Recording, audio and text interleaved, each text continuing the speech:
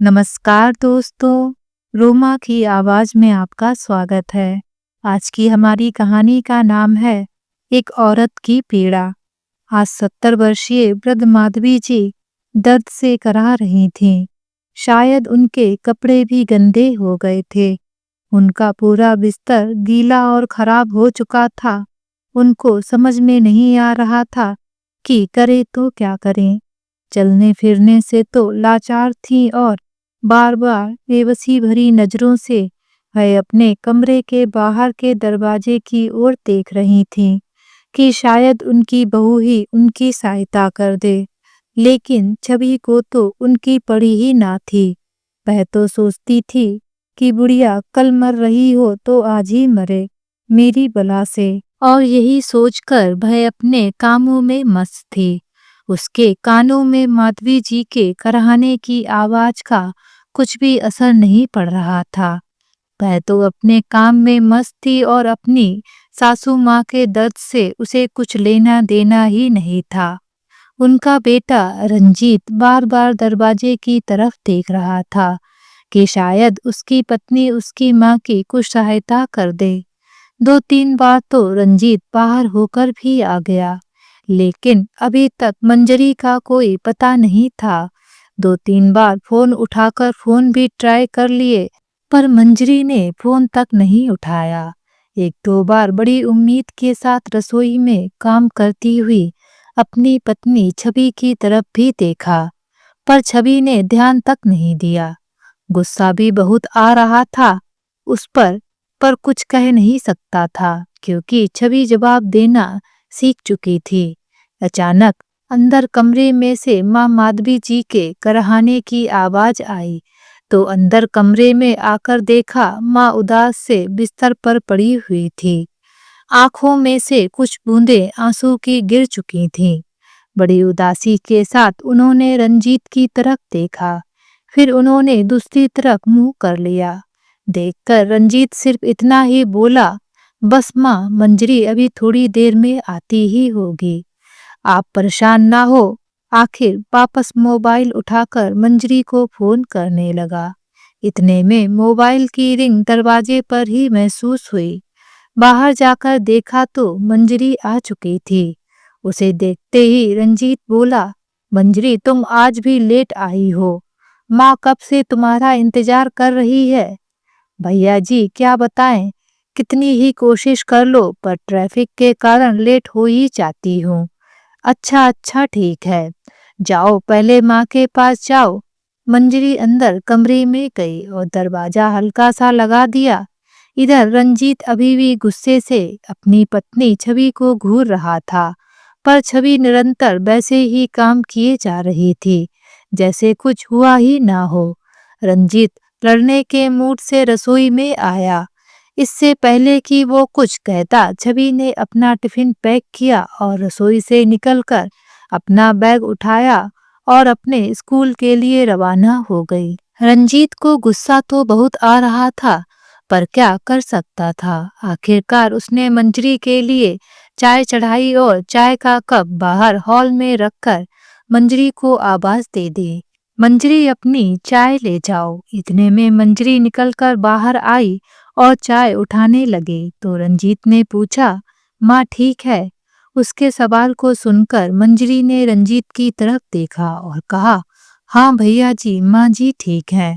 सुबह से कई बार पूछ चुका हूँ पर वो कुछ जवाब ही नहीं दे रही थी।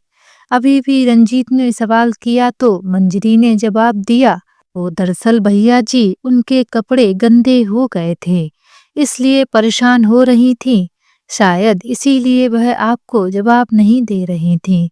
ओह, तुमने कल जाने से पहले माँ को डायपर नहीं लगाया था। लगाया था भैया जी, पर कपड़े तो गंदे हो ही जाते हैं। बस मैंने उन्हें नहला दिया है। चाय पीकर उन्हें कुछ खिला पिला देती हूँ। उन्होंने सुबह से शायद कुछ नहीं खाया और ना ही कुछ पिया है। टेबल पर सब सामान ऐसे ही रखा है। सुनकर रंजीत को अपनी पत्नी छवि पर बहुत गुस्सा आ रहा था। रंजीत मंजरी के सामने ही बोला, कैसी पत्नी है मेरी, कैसी औरत है जिसे माँ की तकलीफ तक नहीं दिखती। अगर मेरी माँ की जगह उसकी माँ होती बिस्तर पर, तब भी ऐसा ही करती। कभी माँ के कमरे में जाकर झांकती तक नहीं। माँ सुबह से परेशान है, शर्म के मारे अपने बेटे को नहीं कह पा रही, तो कम से कम बहू होने के नाते वही पूछ लेती। लेकिन नहीं, पता नहीं मन में क्या लेकर बैठी है। सचमुच भैया जी, आपको पता नहीं कि भाभी जी मन में क्या लेकर बैठी हैं। मंजरी के सवाल से रंजीत आश्चर्यचकित रह गया। बस इतना ही कहा, तुम माँ का ख्याल रखो। रंजीत वहीं बैठ गया और मंजरी अपनी चाय लेकर अंदर माधवी जी के पास चली गई। बैठे बैठे ही रंजीत अतीत के गलियारों में घूमने लगा। सुबह के 4:30 बजे थे। पूरा मोहल्ला नींद में डूबा था, पर छवि की नींद चूल्हे की लकड़ियों की खड़खड़ाहट और चाची की कर्कश आवाज से हर रोज की तरह टूट चुकी थी। कहाँ मर गई कल मूही, आज फिर देर हो गई। तुझे उठाने के लिए क्या हम घंटा बजाएं? छवि हड़बड़ा कर उठी। सर्दियों की सुबह थी, उसका कमरा नहीं, एक कोना था। रसोई के बगल में बनी छोटी सी टीन की शेड, जहाँ ना खिड़की थी ना दरवाजा ठीक से बंद होता था। एक पुरानी फटी चादर में लिपटी उसने ठिठुरते हुए उठकर पैरों में पायल बांधी, ताकि चाची को लगे वो सच में जाग चुकी है। चाय बनाते हुए जैसे ही उसने चूल्हा जलाया, लकड़ियां धुआं छोड़ने लगीं। उसका पूरा चेहरा कालिक से भर गया, आंखों में धुआं और गालों पर आंसू दोनों थे। तभी चाची चिल्लाते हुए बोली, ढंग से चूल्हा भी नहीं जलता इस करमजली से। कोई अगर कहने लायक चीज होती तो माँ के मरने के बाद बाबूजी इसे हमारे गले क्यों डालते। चाची बड़बड़ाती रही। छवि का उस घर में एक भी दिन ऐसा ना जाता जो उसकी चाची उसको कुछ ना कुछ खरी खोटी बातें ना सुनाती। चाची उसको बुरा भला सुनाने तक ही सीमित ना रहती, वह तो छवि पर हाथ उठाने से तक ना चूकती। छवि की आंखें उस पुराने एल्बम की ओर जाती जिसमें उसकी माँ की एक मुस्कुराती तस्वीर थी, वही जो चूल्हे के पास रखे एक टूटे फ्रेम में कब से जमी धूल के नीचे दब गई थी। माँ की वो मुस्कान अब बस याद थी, सहारा नहीं। चाय का गिलास कांपा जब चाची की तेज आवाज फिर गूंजी, अभी तक दूध नहीं उबाला, लल्ला के उठने का टाइम हो गया। क्या सोचती रहती है हर समय? चेहरा देखा है अपना आईने में? तेरे चाचा जी को काम पर जाना है, नाश्ता कब बनाएगी? कोई काम समय पर नहीं करती। चाची चाय पकड़ते हुए बोली। छवि का हाथ कांप गया। गर्म चाय उबलते हुए हाथ पर गिर गई। दर्द से होंठ खींचे मगर आवाज नहीं निकाली। वो जानती थी दर्द की भी आवाज देने पर एक नई गाली मिलती। चाय लेकर जैसे ही वो बाहर निकली, चाचा सामने बैठे मोबाइल पर रील्स देख रहे थे। हमेशा की तरह उन्होंने एक बार भी उसकी ओर नहीं देखा। ना चाय के लिए धन्यवाद, ना उसके हाथ की जलन पर कोई सवाल। 2 घंटे से चाय बना रही है, अब लल्ला का दूध भी तैयार कर और जल्दी नाश्ता बना। तेरा बाप तेरे भरोसे नहीं बैठा है, अब ना मरे तो गले की हड्डी बना पड़ा है। चाची ने कड़वाहट उगली। छवि ने आंखें नीची कर ली। वो जानती थी उसके पिता सिर्फ इसलिए जिंदा थे क्योंकि वो हर महीने एक मुट्ठी पैसे इस घर को भेज जाते थे। पापा कभी खुद से ये क्यों नहीं पूछते कि उनकी बेटी कैसे जी रही है। वो मन ही मन सोचती पर कभी कहती नहीं। उसने आकर जल्दी से गैस पर एक तरफ सब्जी रखी और दूसरी तरफ रोटी बनाने लगी। नाश्ता बनाने के बाद उसने जल्दी से झाड़ू लगाया। उसका चाचा चाची का बेटा संजय उठ गया था। वो जानबूझकर उसके आगे घूमता ताकि उसे झाड़ू लगाने में देर लगे और उसकी माँ से डांट पड़े, पर वो कुछ नहीं कहती थी, कभी नाराज नहीं होती थी। सारा काम करके वो स्कूल के लिए तैयार हो गई। बस एक स्कूल ही था जहाँ जाने की उसे जल्दी रहती थी।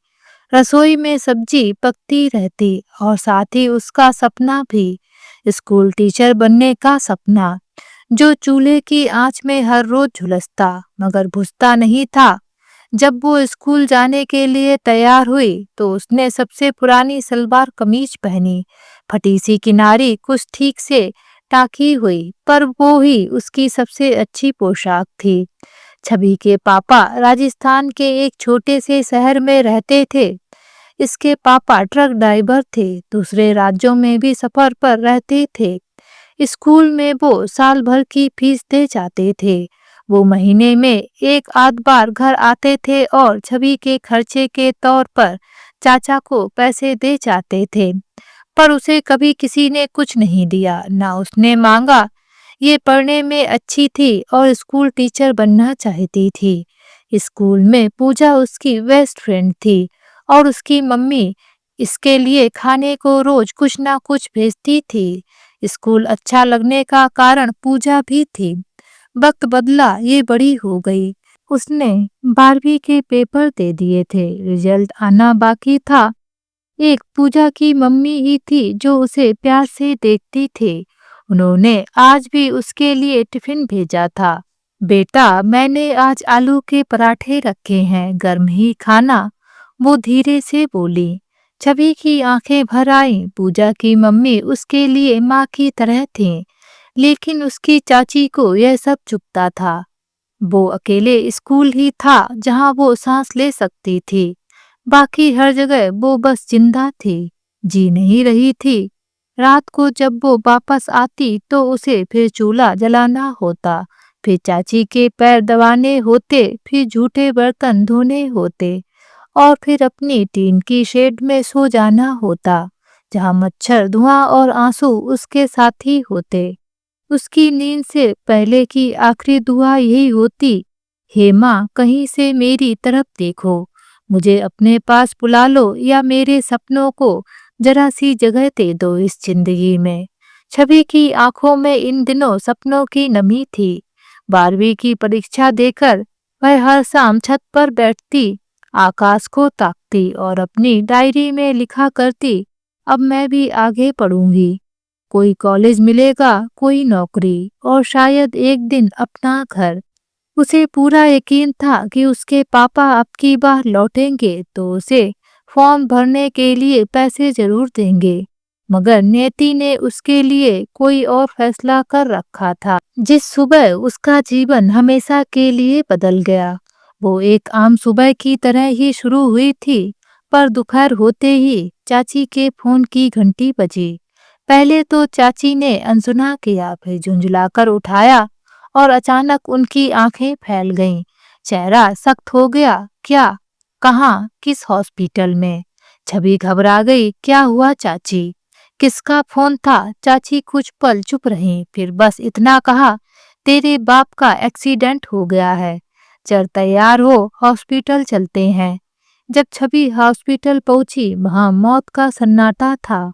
कोने में एक स्टील के स्ट्रेचर पर सफेद कपड़े में लिपटी एक निशब्द देह थी और वो देह उसके पापा की थी। छवि की चीख निकल गई, पापा, आप ऐसे कैसे चले गए मुझे अकेला छोड़कर? आपने वादा किया था ना कि मेरा कॉलेज करवाएंगे। आपने कहा था कि अब हम अच्छा जीवन जिएंगे। पापा, जवाब दीजिए ना। पर जवाब कहाँ था अब? वो पिता जो कभी अपनी मजबूरी में ज्यादा बात नहीं कर पाते थे, आज हमेशा के लिए खामोश हो चुके थे।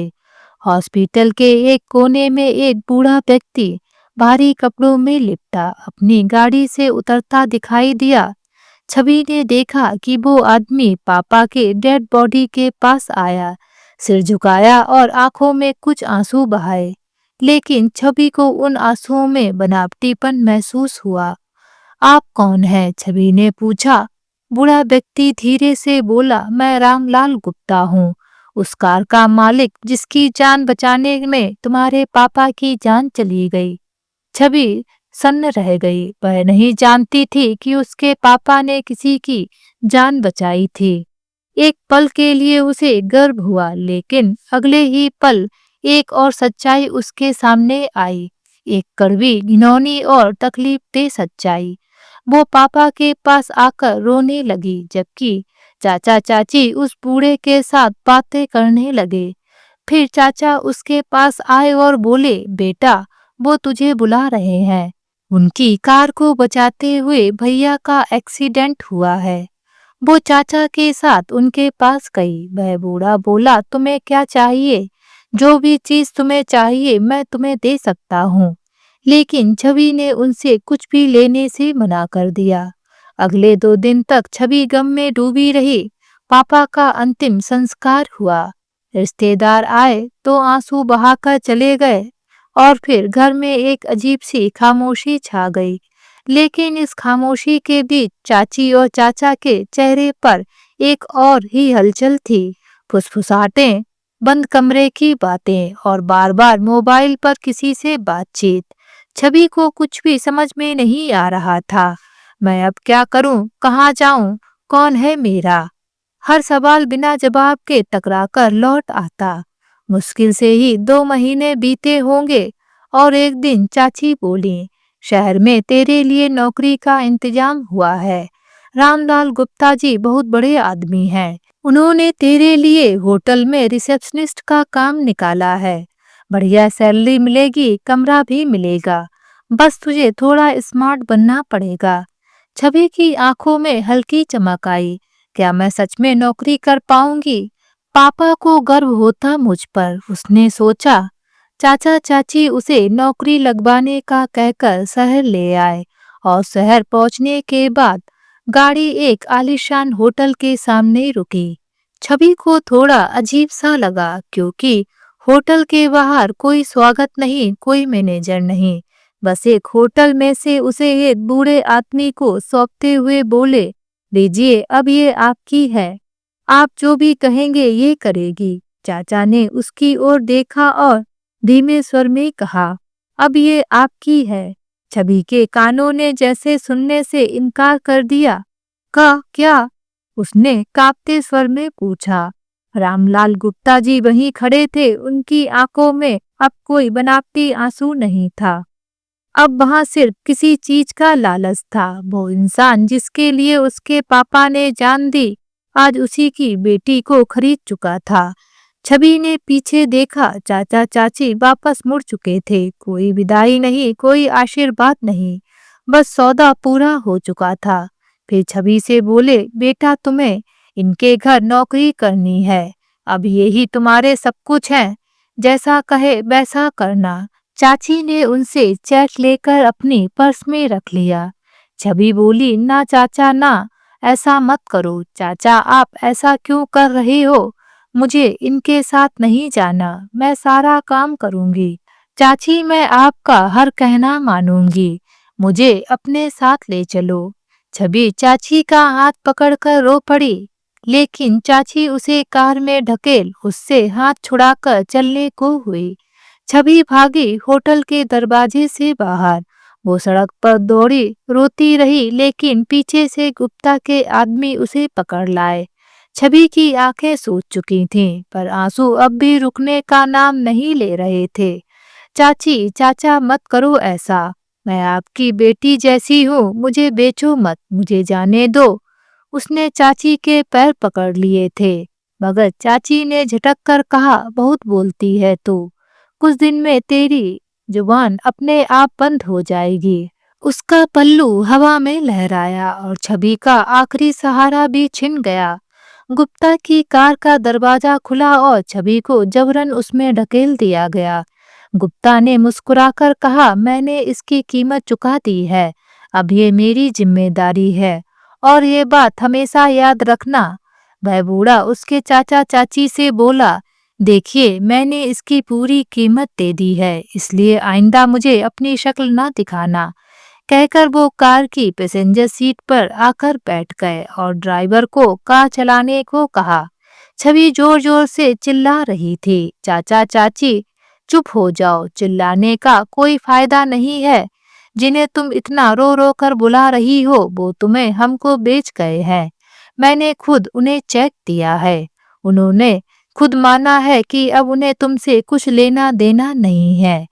उस बूढ़े ने कहा। उसकी बात सुनकर छवि चुप हो गई। आखिर वो कर भी क्या सकती थी। सफर लगभग 6 घंटे का था। रास्ता लंबा था। छवि खिड़की से बाहर देखती रही। खेत, नदी, पहाड़ सब दौड़ते रहे, पर उसकी जिंदगी वहीं ठहरी रह गई थी। उसने कुछ नहीं खाया, किसी से कुछ नहीं कहा। गाड़ी में बैठी वो एक जिंदा लाश थी। हर झटका उसे उसके भविष्य के टूटते सपनों की याद दिलाता था। एक बार तो उसने गाड़ी का दरवाजा खोलकर भागने की भी सोची, मगर गाड़ी इतनी तेज चल रही थी कि वो सिर्फ कांप कर बैठ गई। उन्होंने आधे रास्ते जाकर होटल में खाना खाने के लिए कार रोकी, पर वो नहीं उतरी। सफर बहुत लंबा है, कब तक भूखी रहोगी? बूढ़े ने कहा, पर वो अपनी जगह से नहीं हिली। तब वो दोनों बारी बारी अपना खाना खाकर उसके लिए खाना पैक करा लाए, पर उसने खाना तो दूर उसकी तरफ देखा भी नहीं। वो फिर चल पड़े। वो सो गई। उसे पता ही नहीं चला कब वो अहमदाबाद पहुंचे। कार के रुकने से उसने आंखें खोली। उसने देखा कि शाम हो गई है, हल्का अंधेरा भी हो गया है। जब गाड़ी एक ऊंची दीवारों वाले सुनसान इलाके में बनी एक भव्य कोठी के सामने रुकी, छवि की आंखें फटी की फटी रह गईं। ऐसा घर उसने सिर्फ फिल्मों में देखा था। उसके मन में पहला सवाल यही आया, क्या मुझे इतना बड़ा घर साफ करना होगा? लेकिन असली जवाब तो बहुत ज्यादा घिनौना था, और छवि के बहन से भी परे। घर क्या महल था। इसने ऐसे महल किताबों में देखे थे। वो सोचने लगी, मुझे इतना बड़ा महल साफ करना पड़ेगा। चलो, जो मेरी किस्मत। वो कार से उतरी, सर पर पल्लू किया और उस बूढ़े के साथ चल दी। बड़ा सा शानदार दरवाजा खुला तो एक औरत आरती का थाल लिए आई और उसकी आरती उतारी, पर उसने मुंह चढ़ा रखा था, मानो उससे चिढ़ती हो। औरत के पीछे वही हॉस्पिटल में मिला बूढ़ा खड़ा था। वो बोला, बेटा, इसके पैर छुओ। ये तुम्हारी सास है और ये जेठ है, और मैं भी तुम्हारा ससुर हूँ, और पास में खड़ी ये तुम्हारी जेठानी है। वो पागलों की तरह उनकी तरफ देखने लगी। सास, ससुर, जेठ, जेठानी, लेकिन उसने फिर भी उनके पैर छुए। फिर वो उसे अंदर ले गए। अंदर से घर और भी सुंदर था। तभी सीढ़ियों से उतरती हुई और दो औरतें आईं। भारी जेवरों में लिपटी, पर चेहरे पर सख्ती थी। इसे ऊपर लेकर कमरे में जाओ और अच्छे से तैयार करो, साहब ने कहा, आज ही। छवि को कुछ समझने नहीं आया, लेकिन उसके भीतर कुछ कांपने लगा। उसे एक बड़े कमरे में ले जाया गया, जहां गुलाबी दीवारें थीं, महंगी परफ्यूम की गंध और रेशमी कपड़े रखे हुए थे। यह सब किस लिए? उसने कांपती आवाज में पूछा। एक औरत ने हंसते हुए कहा, अब तू इस घर की बहू है ना? या जो भी कहो, सांप का मन बहलाना है तुझे। छवि जैसे पत्थर हो गई। बहू? किसकी बहू? मैंने तो शादी नहीं की। गुलाब की पंखुड़ियां जमीन पर बिछाई गई थीं। अगरबत्तियां जल रही थीं, घंटे बज रहे थे, और आरती की थाली में कपूर की लौ कांप रही थी। बाहर से सब कुछ एक शुभ विवाह की तस्वीर जैसा लग रहा था, मगर छवि के भीतर एक अंतहीन सन्नाटा पसरा हुआ था। किसकी आरती हो रही है? किसकी गृह प्रवेश की पूजा है ये? उसने धीरे से आंखें उठाईं तो सामने एक स्त्री खड़ी थी। भरे हुए माथे, भारी जेवर और तीखी नजरें। ये तुम्हारी जेठानी है, किसी ने कान में फुसफुसाया। छवि कुछ कहती, इससे पहले ही उसकी बाईं ओर खड़ा एक बूढ़ा आदमी हाथ जोड़कर मुस्कुराया। बेटा, अब ये तुम्हारा घर है, मैं तुम्हारा ससुर हूँ। ससुर? उसने एक क्षण को सोचा। जिसने मुझे खरीदा है वही अब मेरा खरीदार नहीं ससुर है, तो असली वो कौन है जिसके सवालों का कोई जवाब नहीं था, सिर्फ संस्कारों का नाटक था? शिवानी, इसे कपड़े बदलवा दो। कमरे के कोने में खड़ी एक औरत को आदेश मिला। शिवानी उसे एक दूसरे कमरे में ले गई, जहां पहले से ही सब कुछ रखा हुआ था। लाल रेशमी साड़ी, कांच की चूड़ियां, भारी सिंदूर, बिंदी, पायल, झुमके और लिपस्टिक। छवि आंखें फाड़कर देखती रही। किसके लिए, क्यों, किस हक से? शिवानी ने साड़ी उसकी गोद में रख दी और बोली, बिना सवाल किए पहन लो। ये घर बहुत बड़े लोगों का है, यहाँ जवाब नहीं बस आदेश चलते हैं। छवि ने साड़ी को हाथ में लिया। लाल रंग उसके हाथों पर खून जैसा लगा। हर बार जब उसने सिंदूर को देखा, उसकी माँ की तस्वीर याद आ जाती। माँ जो सुबह पूजा करके माथे पर चुटकी भर सिंदूर लगाती थी, जिसमें प्यार, अधिकार और साथ था। पर ये सिंदूर नहीं, ये जंजीर थी। जब शिवानी ने उसके बालों की मांग में सिंदूर भरा, छवि कांप गई। तू अब इस घर की बहू है, शिवानी बोली। पर किसकी बहू, किसकी पत्नी? छवि की आंखों में आंसू तैर रहे थे। जब वो कमरे से बाहर आई, पूरा हॉल जैसे उसका इंतजार कर रहा था। कई चेहरे, कुछ उत्सुक, कुछ तटस्थ और कुछ हिकारत भरी निगाहों से उसे देख रहे। फोटो खिंचवाई गई, मिठाइयां बांटी गईं और छवि को सोने की चूड़ियां पहनाई गईं। पर किसी ने भी उससे नहीं पूछा कि क्या वो इस सब के लिए तैयार थी। वो बस खड़ी रही, एक लाल साड़ी में लिपटी, एक झूठी मुस्कान ओढ़े, एक सौदे की सजावट बनकर। रात को जब वो अपने नए कमरे में पहुंची, सामने एक बड़ा पलंग था, सजाया हुआ लेकिन खाली। दीवार पर एक तस्वीर टंगी थी, एक लड़का, जवान, गंभीर चेहरा। ये कौन है? उसने खुद से पूछा। उसी वक्त शिवानी आई और बोली, ये साहब का बेटा है, तुम्हारा पति रंजीत। विदेश में रहता है, शादी के लिए माँ ने तुम्हें चुना है। बस उसने अभी नहीं देखा तुम्हें।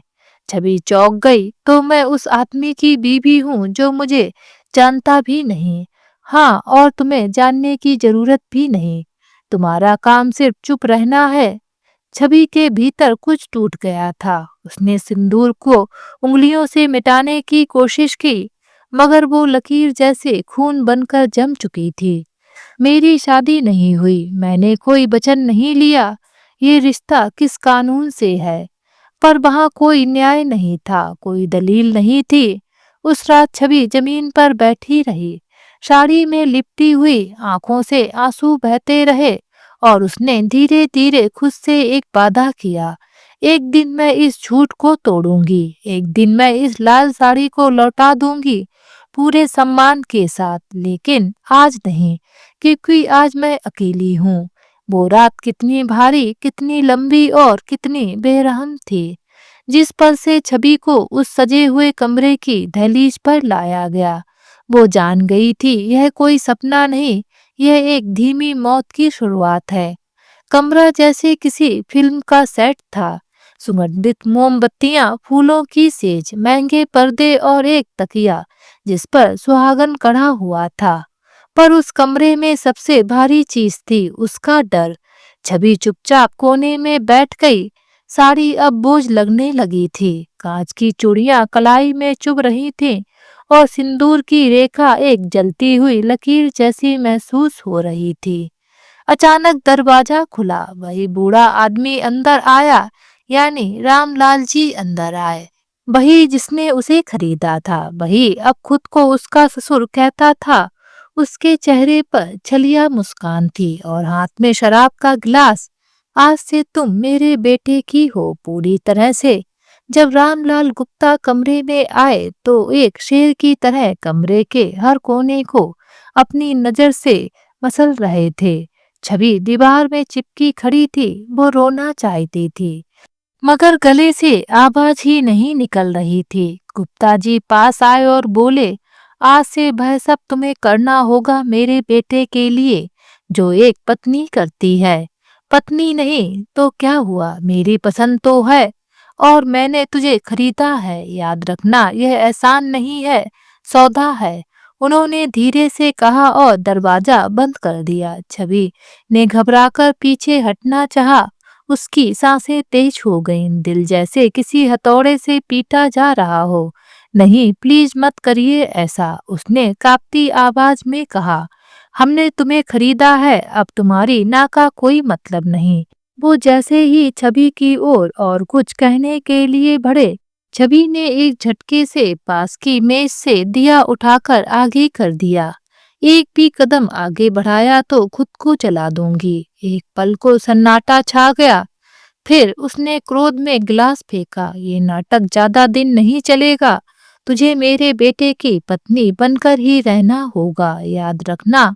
और वह दरवाजा पीटते हुए बाहर निकल गए। छवि ने झटपट दरवाजा बंद किया, कुंडी चढ़ाई और कांपते हुए जमीन पर बैठ गई। उसकी हथेलियां थरथरा रही थी, आंखों से आंसू बह रहे थे, लेकिन कोई मदद नहीं आई, कोई आवाज नहीं आई, सिर्फ सन्नाटा। पूरी रात छवि दरवाजे से सटी बैठी रही, कभी रोती रही, कभी खुद से सवाल करती, मैंने क्या गुनाह किया था? किसी के पिता को बचाने की कीमत एक लड़की की इज्जत होती है क्या? हर कुछ मिनट में दरवाजा पीटा जाता, कभी धमकी, कभी विनती, यह हमारा हक है, पत्नी हो तुम मेरी पत्नी। उस शब्द से उसे घिन आई।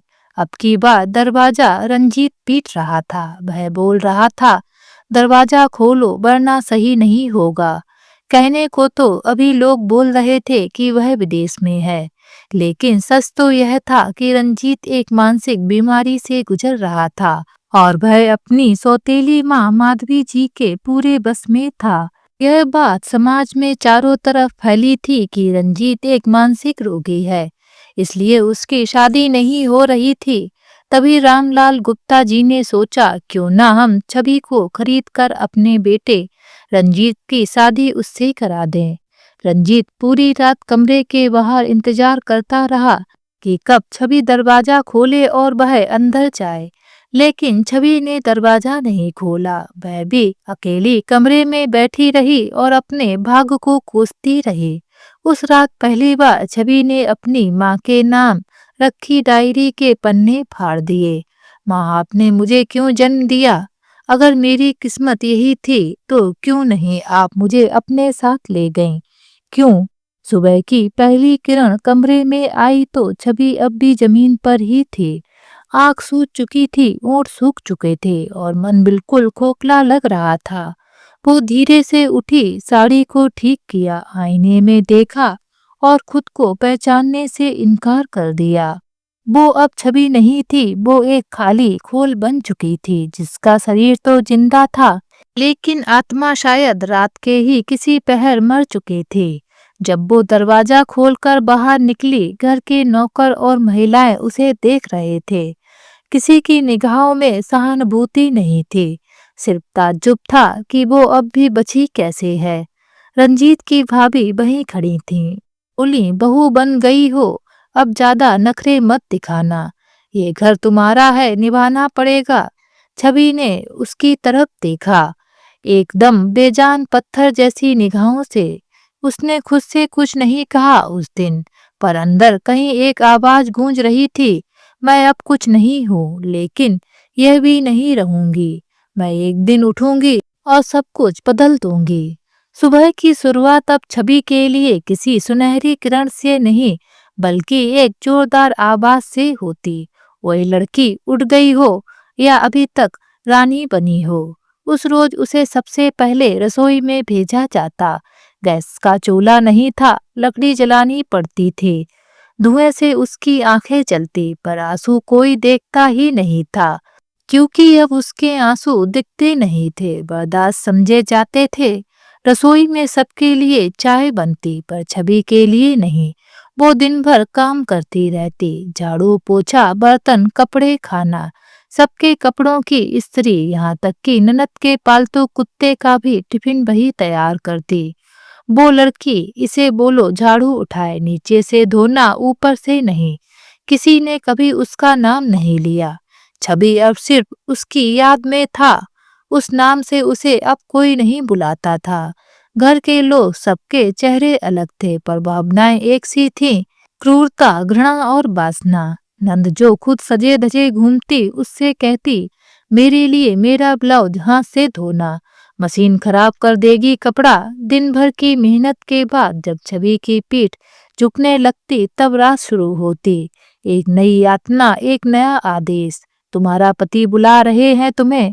वो जो उसका पति था अब सिर्फ उसकी जरूरतों का गुलाम बना लिया था उसे। कोई अधिकार नहीं, कोई सम्मान नहीं, सिर्फ जरूरत के वक्त याद की जाने वाली चीज बन चुकी थी छवि। हर रात उसका बलात्कार नहीं होता था, पर हर दिन उसका अपमान, उसकी इंसानियत का हनन जरूर होता था। रंजीत उसके साथ बेहद ही कठोर व्यवहार करता। वह उसको अपनी पत्नी नहीं बल्कि अपना गुलाम मानता।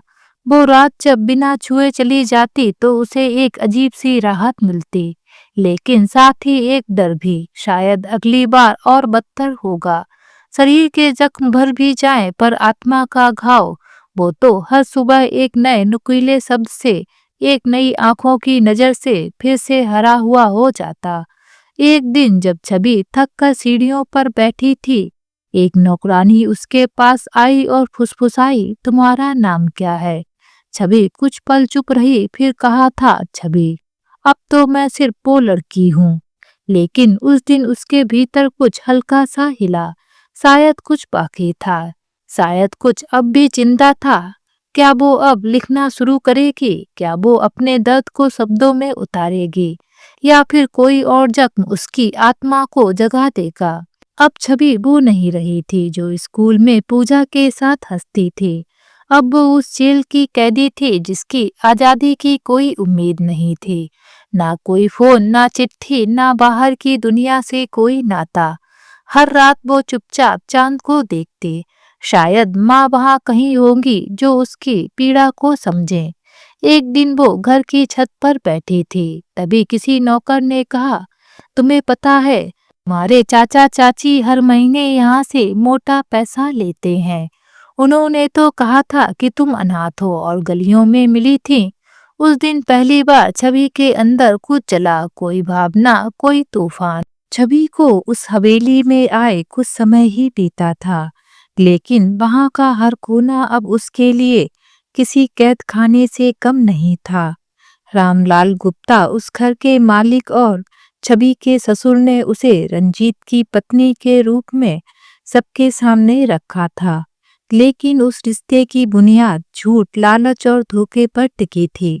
और इस पूरे खेल की सबसे खतरनाक खिलाड़ी थी रामलाल की पहली पत्नी माधवी जी।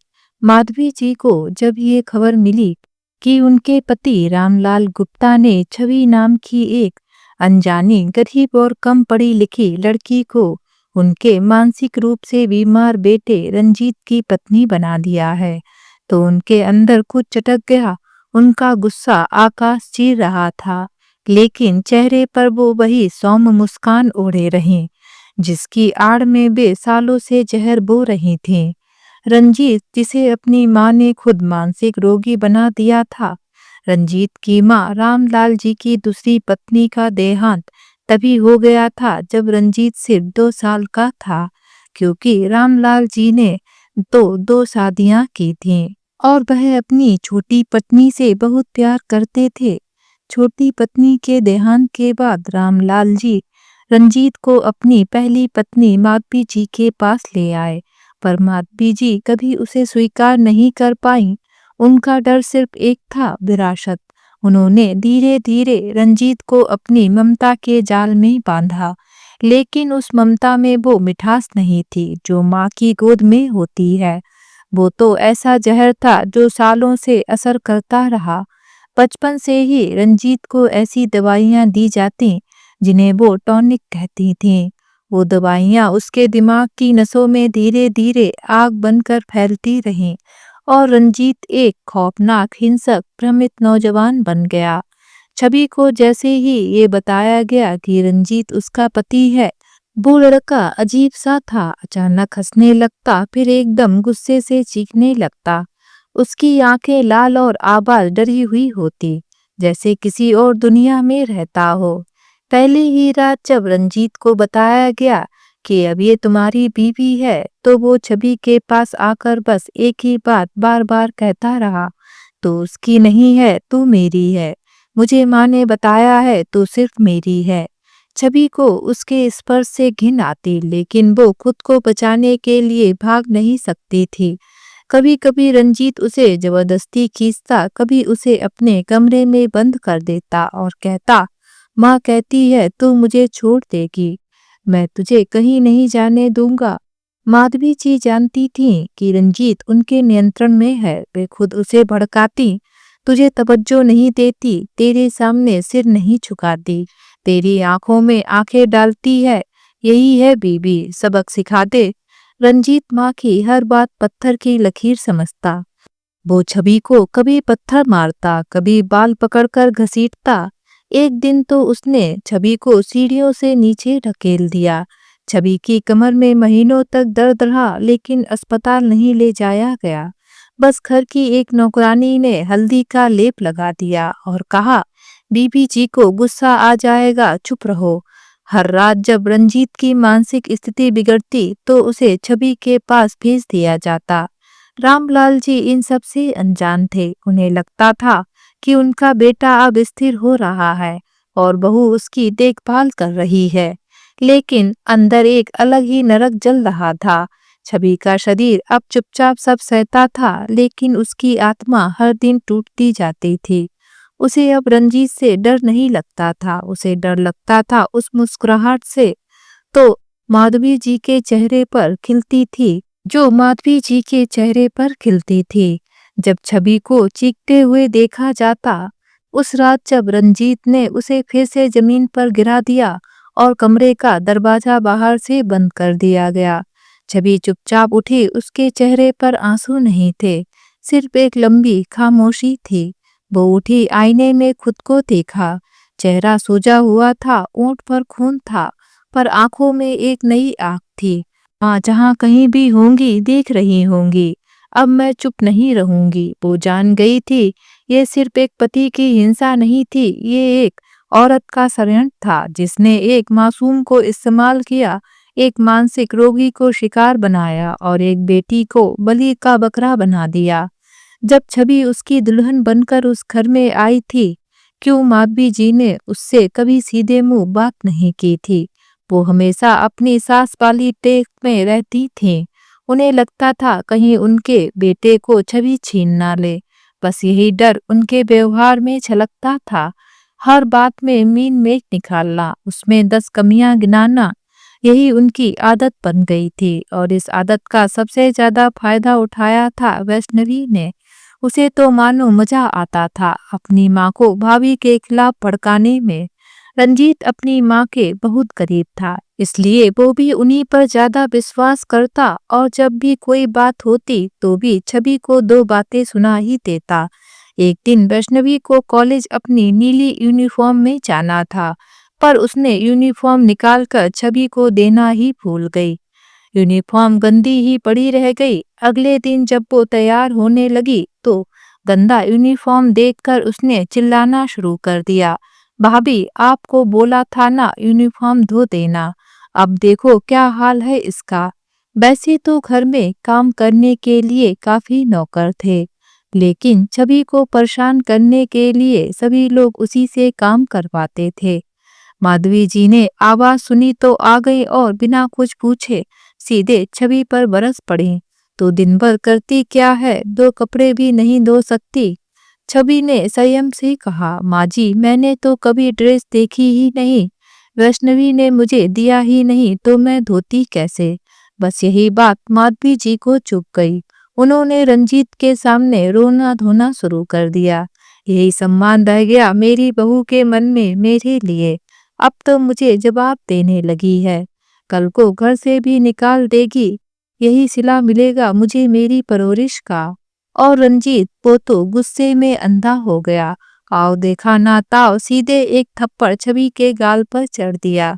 छवि की आंखों में आंसू छलक आए, गाल पकड़े वो बस चुपचाप खड़ी रह गई और दोनों माँ बेटी अपनी कुटिल मुस्कान लिए अपने कमरे में चली गईं।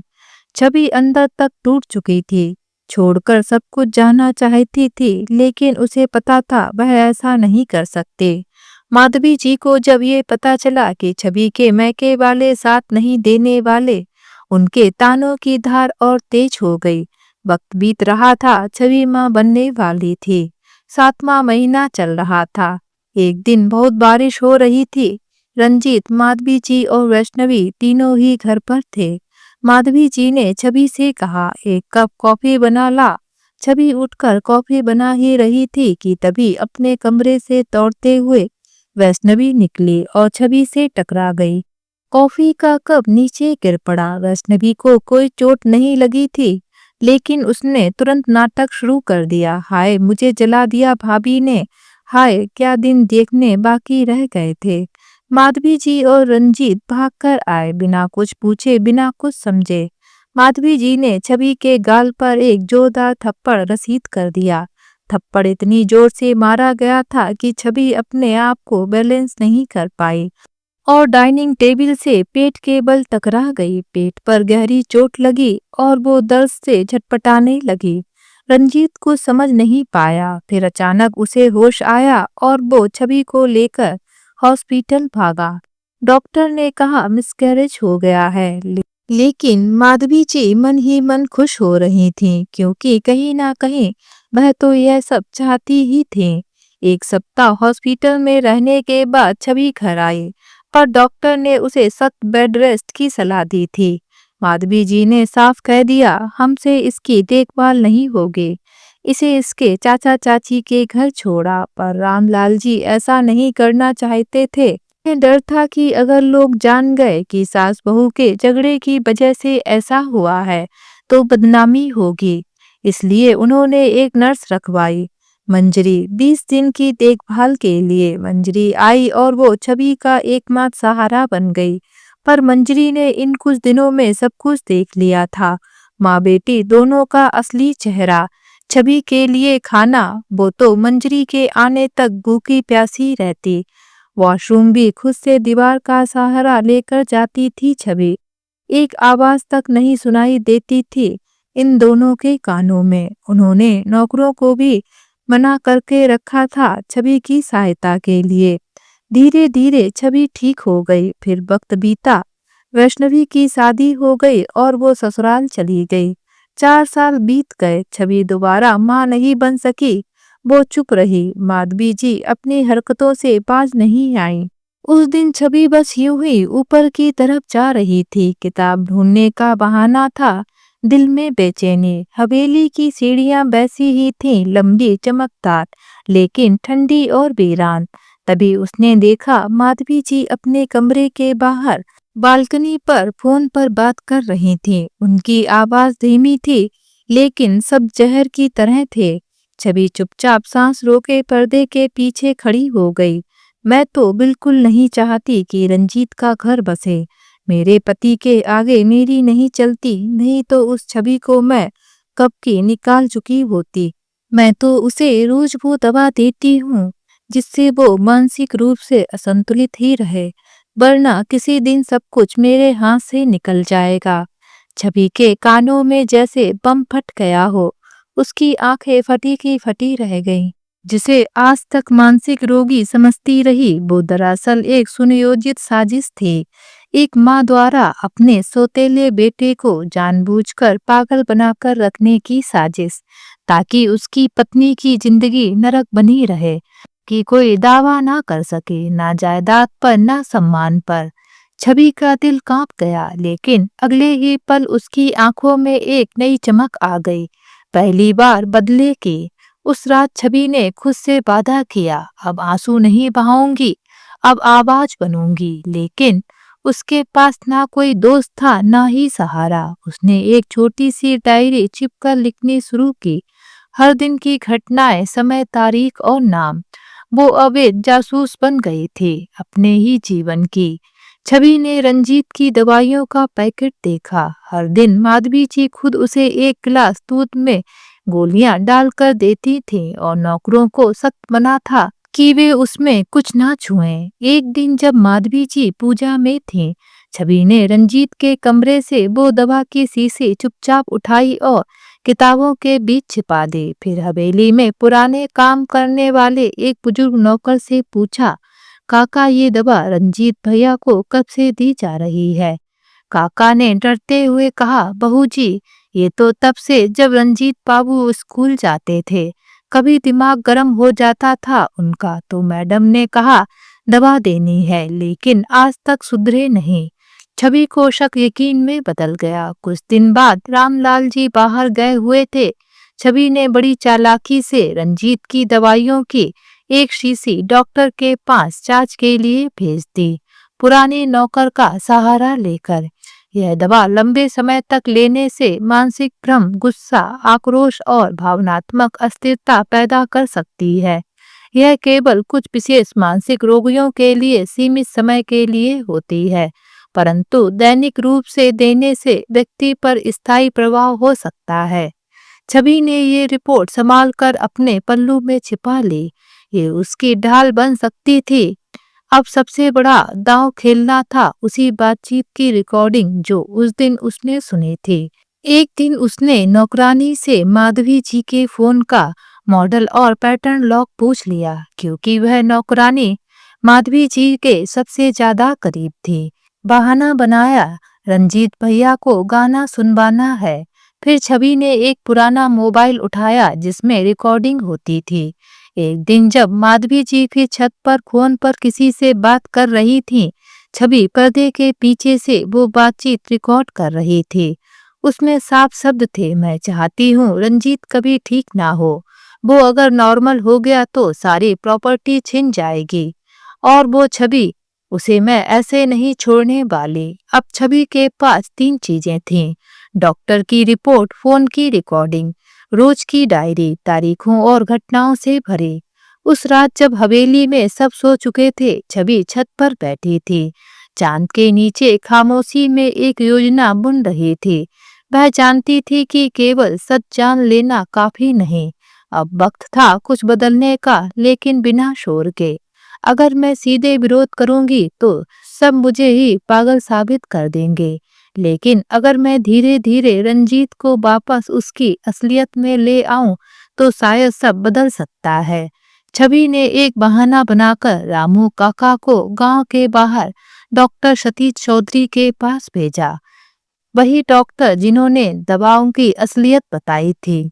उन्होंने छवि के कहने पर कुछ विशेष दवाएं लिखी जो रंजीत की मानसिक स्थिति को धीरे धीरे सामान्य करने वाली थी। डॉक्टर ने कहा, अगर ये दवाएं बिना किसी तनाव के और नियमित दी जाएं, तो रंजीत पूरी तरह से ठीक हो सकता है, लेकिन किसी भी हालत में ये बात माधवी जी को ना पता चले। छवि ने नई दवाइयां गांव से लाकर खुद छिपा कर रख दी। वो जानती थी रंजीत सीधे कुछ नहीं खाएगा जो छवि दे, इसीलिए उसने वही रास्ता चुना जो माधवी जी ने सालों से अपनाया था, छल मगर नेक इरादों से। रामू काका की मदद से छवि ने रंजीत की पुरानी दवाइयों की खाली शीशियां लेकर नई दवाइयां उन्हीं में भर दी। रंग आकार सब लगभग वही थे। अब हर दिन जब माधवी जी खुद रंजीत को दवा देती, उन्हें जरा भी शक नहीं होता। पहले हफ्ते में ही छवि ने महसूस किया रंजीत की आंखों में अब अजनबियत की जगह कुछ सवाल थे। वो अब हर बात पर गुस्सा नहीं करता, बल्कि कभी कभी छवि की ओर देखता तो कुछ कहने की कोशिश करता। एक रात जब छवि ने गलती से थाली गिरा दी, रंजीत ने उसे पहली बार नहीं मारा, बल्कि धीरे से बोला, कोई बात नहीं, चीजें गिर जाती हैं। छवि की आंखें भर आईं। ये कोई मामूली पल नहीं था, उसे उस कैद से बाहर लाने की पहली सीढ़ी थी। माधवी जी रोज की तरह संतुष्ट थीं। उन्हें लग रहा था कि सब वैसा ही चल रहा है जैसा वो चाहती थी, लेकिन छवि की चालाकी इतनी महीन थी कि साजिश भी अब चुपचाप उनके पैरों के नीचे से जमीन खिसका रही थी। एक दिन जब छवि बरामदे में बैठी थी, रंजीत पास आकर बोला, तुम कौन हो? माँ कहती है कि तुम मेरी पत्नी हो, लेकिन तुम कभी माँ जैसी बातें नहीं करते। छवि ने धीरे से उसकी ओर देखा, मुस्कुराई, एक दर्द भरी मुस्कान। हाँ रंजीत, मैं तुम्हारी पत्नी हूँ और शायद एक दिन तुम खुद सब समझ पाओगे। वो जानती थी अभी वो दिन दूर है, लेकिन अब वो सफर शुरू हो चुका था। रात के सन्नाटे में हवेली की घड़ी ने जब 1 बजाया, छवि अब भी जाग रही थी। बाहर बरसात की बूंदें छत पर पड़ती तो भीतर दिल की धड़कनों में कोई पुराना दर्द टपकता। तभी दरवाजे पर एक हल्की सी दस्तक हुई। छवि, यह आवाज अब उसके लिए अजनबी नहीं थी। यह रंजीत था, लेकिन आज उसकी आवाज में कोई अलग कंपन था, कोई हिचक, कोई डर और शायद कोई सच। छवि ने दरवाजा खोला। रंजीत सामने खड़ा था, नशे या गुस्से में नहीं बल्कि होश में और डर में लिपटा हुआ। मैं सो नहीं पा रहा, मुझे अजीब अजीब यादें आ रही हैं। रंजीत की आंखें नम थी। छवि चुप रही। उसे महसूस हो गया कि आज कुछ टूटने वाला है या जुड़ने वाला है। दोनों आंगन की चौखट पर बैठ गए। बारिश की बूंदों के बीच एक सन्नाटा। माँ कहती है कि मैं बचपन से ही कमजोर था, लेकिन मुझे याद है मैं तो बहुत तेज भागता था ना। स्कूल में दौड़ता था, पेड़ पर चढ़ता था। फिर सब क्यों धुंधला हो गया? छवि ने उसकी तरफ देखा। उसके अंदर का बच्चा आज अपनी माँ से सवाल कर रहा था। एक दिन माँ ने मुझे एक सफेद गोली दी थी। कहती थी इससे सिर दर्द ठीक होगा। फिर हर दिन वो दवा आई और मैं बस भूलता गया खुद को, लोगों को और हंसना। छवि की आंखों से दो बूंदें गिर पड़ी, क्योंकि वो अब सिर्फ पत्नी नहीं, एक गवाह थी उस अन्याय की। रंजीत ने आगे धीरे से कहा, माँ कहती थी कि छवि मुझे धोखा देगी। वो तुम्हारे बारे में हमेशा बुरा कहती थी, लेकिन तुमने कभी कुछ गलत नहीं किया। क्यों? छवि ने अपनी कपकपाती आवाज में कहा, क्योंकि तुम मेरे पति हो रंजीत, और मैं चाहती थी कि एक दिन तुम खुद सब जानो। रंजीत की आंखों में पहली बार संकोच नहीं, सम्मान की झलक थी। तो क्या मेरी माँ ने मुझे पागल बनाया सिर्फ इसलिए कि मैं उनका बेटा नहीं था? छवि कुछ नहीं बोली, सिर्फ चुपचाप उसका हाथ थाम लिया। यह चुप्पी ही आज सबसे बड़ा जवाब थी, एक सच्चाई जो अब खुद उजाला बन रही थी। जब सुबह हुई, रंजीत उसी चौखट पर बैठा था, लेकिन अब उसकी आंखों में डर नहीं था, जिज्ञासा थी और हल्का सा आक्रोश। छवि, अब मैं दवा तभी लूंगा जब तुम कहोगी, और माँ से कुछ पूछना है, सब पूछना है। छवि मुस्कुराई। पहली बार उसके होठों पर वो मुस्कान थी जो एक रणनीति की जीत की थी। छवि जिंदगी में जितना कुछ सह चुकी थी, शायद ही किसी ने कल्पना की होगी कि उससे भी आगे और कुछ बाकी होगा। लेकिन नियति की स्याही ने जैसे उसके भाग्य में दुख की इबारत लिख दी थी, वो भी ऐसे शब्दों में जो मिटाए नहीं जा सकते थे। रंजीत, जो अब तक अपनी माँ और बहन के साये में जी रहा था, अब धीरे धीरे छवि की भावनाओं और तकलीफ को समझने लगा था।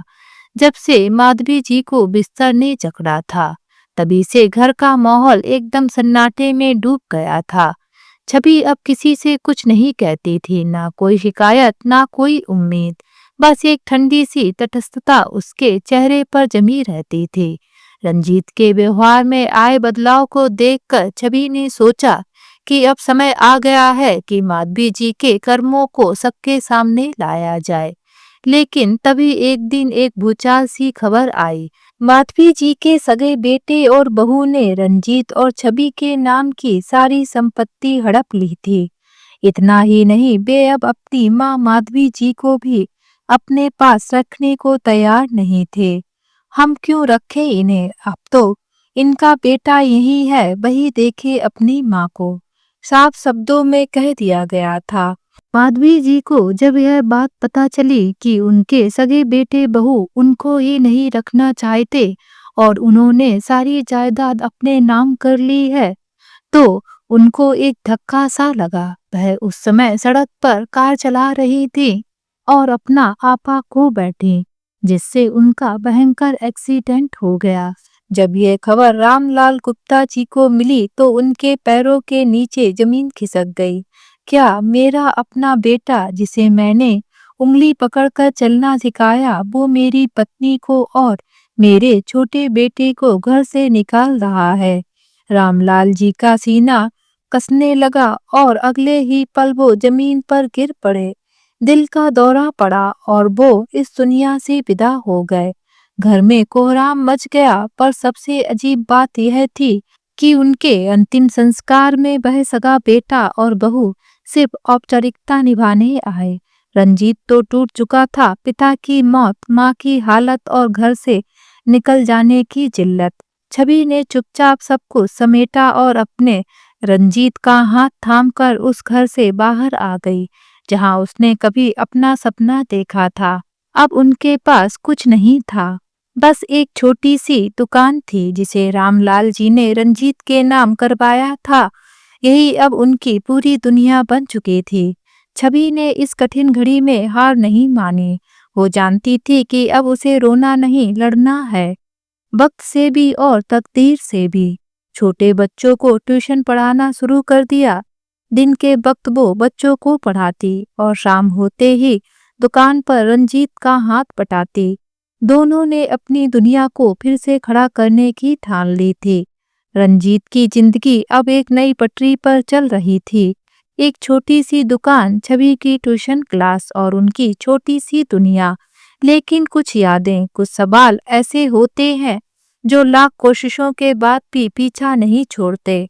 तभी मंजरी ने रंजीत को आवाज लगाते हुए कहा, भैया जी अब मैं चलती हूँ। मंजरी की आवाज सुनकर रंजीत ने देखा कि शाम हो चुकी है। वह अपने यादों से बाहर आ चुका था, लेकिन आज उसके अंदर एक बेचैनी थी। उस रात जब सब कुछ शांत था, हवा में भी एक अजीब सी ठहराव था।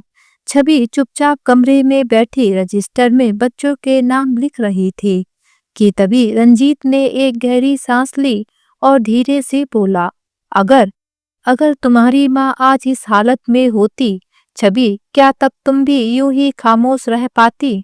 क्या तुम भी अपनी माँ को ऐसे ही बिस्तर पर पड़े देखती और कहती, अब मेरा हिसाब पूरा हुआ? छवि का हाथ रुक गया। पेन से स्याही की एक बूंद रजिस्टर पर गिर गई, जैसे कोई घाव खुल गया हो।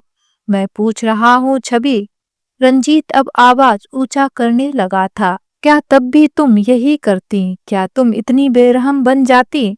क्या तुम्हारी ममता भी इस तरह खत्म हो जाती? छवि का चेहरा एकदम सख्त हो गया था। उसने अपनी आंखें रंजीत की आंखों में डाली और पहली बार उसने अपनी चुप्पी तोड़ी। तो सुनो रंजीत, अगर मेरी माँ ने मुझे बचपन से ही मानसिक रोगी बना दिया होता, मेरे सपनों को दवाइयों में घोलकर निगलवा दिया होता, मेरे व्यक्तित्व को कुचल दिया होता, तो शायद मैं भी आज तुमसे ज्यादा नफरत करती। रंजीत पीछे हट गया, जैसे किसी ने उसका चेहरा थप्पड़ से लाल कर दिया हो। क्या बकवास कर रही हो छवि? ये क्या कह रही हो तुम? मेरी माँ ने ऐसा कुछ नहीं किया। वो मेरी माँ है। लेकिन छवि अब रुकने वाली नहीं थी। उसने धीरे से अलमारी में से एक पुराना कागज निकाला। डॉक्टर शर्मा का प्रमाण पत्र। ये देखो, ये वही डॉक्टर हैं जो कभी तुम्हारे इलाज के नाम पर तुम्हें दवाइयाँ देते थे, पर असल में ये सब तुम्हारी माँ के इशारे पर कर रहे थे, ताकि तुम कमजोर रहो, ताकि तुम कभी इस घर के मालिक ना बन सको, ताकि उनकी नजर में सिर्फ उनका सगा बेटा ही सब कुछ हो। रंजीत की आंखों की पुतलियां फैल गईं। उसने कांपते हाथों से कागज लिया और पढ़ने लगा। हर शब्द उसके अंदर नस्तर की तरह उतर रहा था। ये क्या है? ये क्या है छवि? ये कैसे हो सकता है? उसके शब्दों में घुटन थी, चिल्लाहट थी और उस दर्द की पहली झलक जो कभी उसने महसूस नहीं की थी।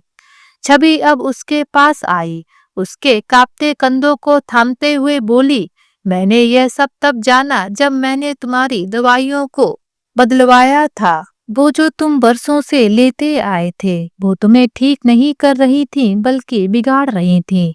मैंने डॉक्टर से बात की, छानबीन की और ये सच सामने आया। रंजीत अब पूरी तरह से टूट चुका था।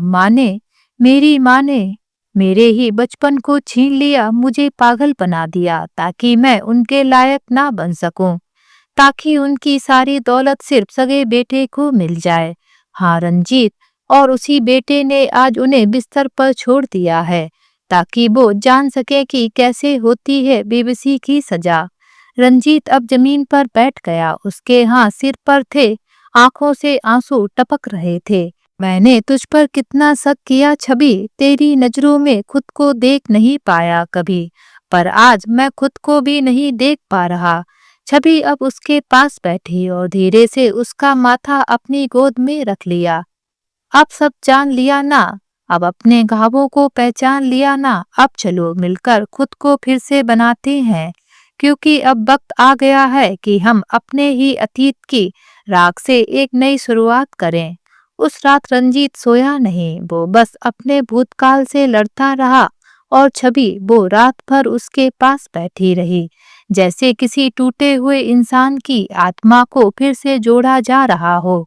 कभी कभी जीतने के लिए लड़ना नहीं पड़ता, सिर्फ किसी का सच जानना पड़ता है। और उस रात रंजीत को अपने जीवन का सबसे बड़ा सच मिला था कि सबसे गहरा जहर वही पिलाता है जिस पर सबसे ज्यादा भरोसा होता है। इधर माधवी जी भी यह सब जान गई थी कि छवि और रंजीत को उनकी सच्चाई पता चल गई है। माधवी जी को अब यह सब पता चल गया कि उनके अपने बेटे बहू ने उन्हें इस हाल में छोड़ दिया है। उनकी सारी संपत्ति को बेचकर वे ऐश कर रहे हैं और उन्हें बिस्तर पर पड़ा छोड़ गए हैं। तो उन्होंने छवि की ओर देखा, पर इस बार आंखों में दहशत, ग्लानि और अफसोस था।